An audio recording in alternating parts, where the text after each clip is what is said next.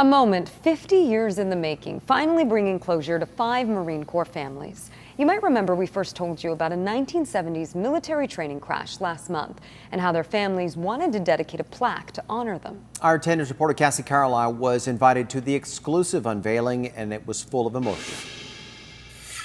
I'm standing inside the squadron's hangar. That is a KC-130J, a newer model of what those men flew, and being out here brought back a lot of memories. I was 7 years old and we lived on base at El Toro. We saw the black smoke playing around outside and like, hey mom, look, and she's like, oh, it's just the crash crew practicing. It wasn't the crash crew. Patty Davis-Ruane's dad, Staff Sergeant Casey Davis, was on that plane, crashing during a touch-and-go exercise in 1970. Her dad was the only one who got to see his kids grow up. I remember my mom going to 3 funerals in one day. 5 Marines were on the C-130.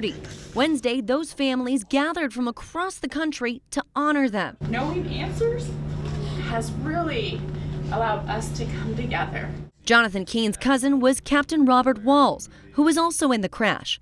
He spent nearly a year researching it, weaving these families together with answers. 50 years later, the squadron the men belonged to now resides at MCAS Miramar.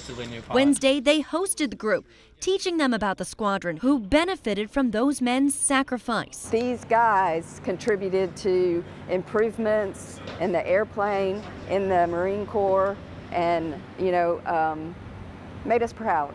Pride radiated as the plaque with their names was unveiled.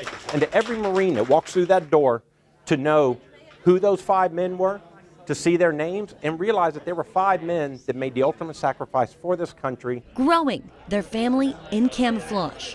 Reporting at MCAS Miramar, Cassie Carlisle, 10 News. The story gets passed on. What a great meeting there. Yeah, it was a long time in the making. Good for them.